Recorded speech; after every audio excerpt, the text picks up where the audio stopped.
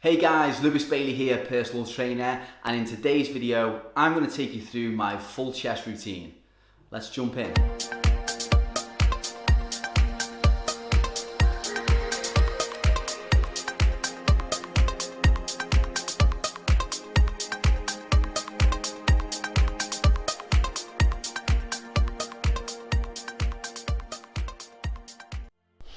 So it goes without saying, before we enter any workout, we should always be warming up, and I typically tend to do around about 10 to 15 minutes on the treadmill, just to really kind of get myself going, to really warm the tissue, get the nervous system going, and to start releasing the synovial fluid in my joints, which is like your body's natural lubricant. So that's what I tend to do before I kind of get going, and then really start to warm and loosen up the whole of the areas where I'm going to be working out. So here you can see I'm leaning forward and around about a 90-degree angle, feet are quite wide apart, and I'm just pushing me torso down and the bar behind the back of my head to really stretch the chest out, as well as moving the shoulder joints as much as possible and really hitting as well the scapulars between the mid-back and the traps and the rhomboids as well, to really kind of get those areas going, because they're going to play a big part. And as you can see here, then I then go on to do like a behind the neck press to really kind of get the shoulders going, get the scapulars going as much as possible, and to really start warming the whole of the shoulder joint up before I start going into the actual chest session. Then the next thing that comes up then is the rotator cuff. So if you think about the shoulder joint itself, it's a ball and socket, so therefore we need to move the ball and socket as much as we possibly can on different angles and really mobilize that joint before we get going. The rotator cuffs play a really big part within, especially in a shoulder workout, and in most upper body workouts as well, so it's really important to kind of get them going. Otherwise, you significantly risk the chances of injury in the shoulders whenever you're doing back or chest workouts, or you just won't perform at your very best if you don't really kind of get these muscles loose and warm and ready to go as well. So this is typically my routine of how I would warm up the shoulder joints before I'd actually start the chest session, loosen off the chest as well. I always start off with the flat bench press with the bar, just for thickness of the chest, and I normally would do around about a 60 kilo warm up. Then I would go on to maybe say an 80 kilo warm up before I hit the 100.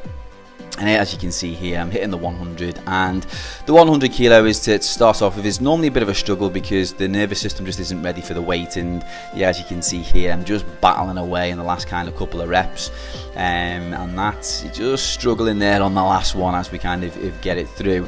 And then normally I go from 100 to 110, and I start getting into the groove then of the weight. So if I feel a bit more comfortable after the first set, and then I'm away and going. Just to pay attention there to the arrow where you can see my lower back, you can just kind of see it arching there, going into a bit of hyperextension. It's actually not as bad as what it looks, because my back is actually naturally quite thick, so therefore it creates an arch in my spine when I do bench press, but I'm not actually hyperextending a great deal.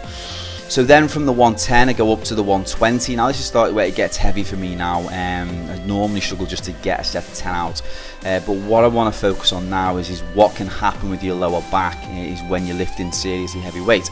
So as I come towards the end of the set, just keep an eye on my lower back, and you'll see how I start to really hyperextend in just a second.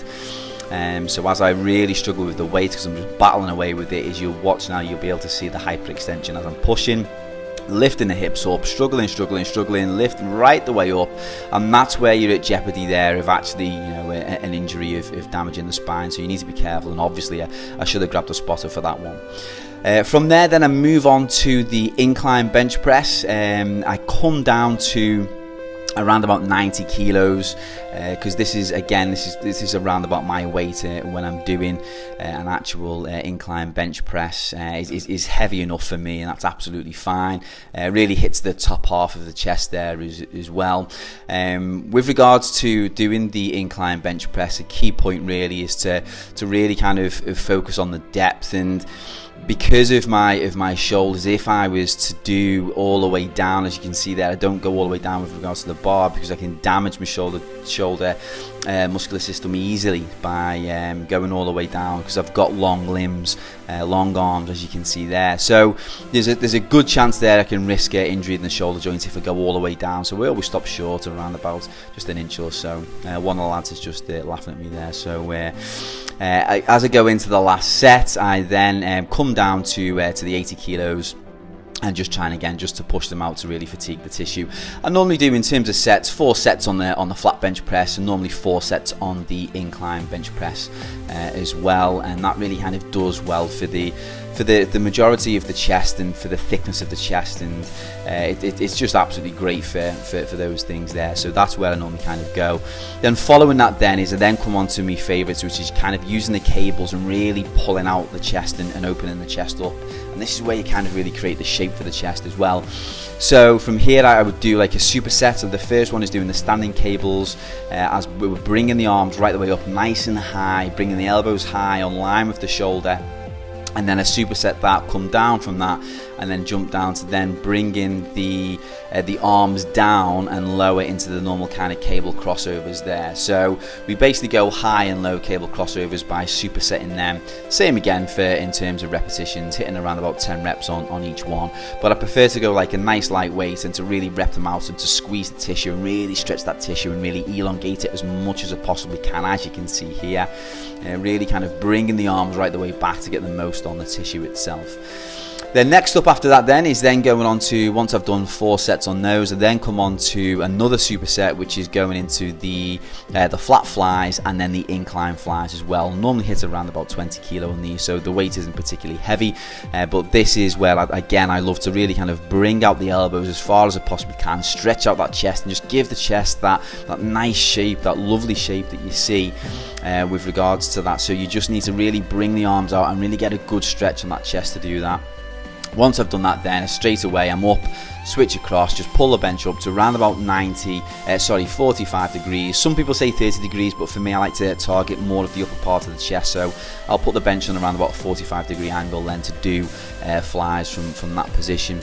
And that's what basically brings out a real kind of good chest and brings out nice shape. So that's my routine there, and give that one a go, guys, and see how you kind of get on with it. Okay then guys, so I hope that video helps you. If you like this video, then please just kind of subscribe to my channel, give it the thumbs up, give it the share. You can follow me on social media, my Instagram, Facebook and Twitter, Lou Bailey Fitness and Lewis Bailey Fitness on Facebook and Instagram, and Lou Bailey Fit on Twitter. You can also become a member of my free Fit Body Code membership group. Just simply click the link below to join, and you will receive all of my free content each week, videos and tips, etc. So guys, hope that helps, and I'll see you soon.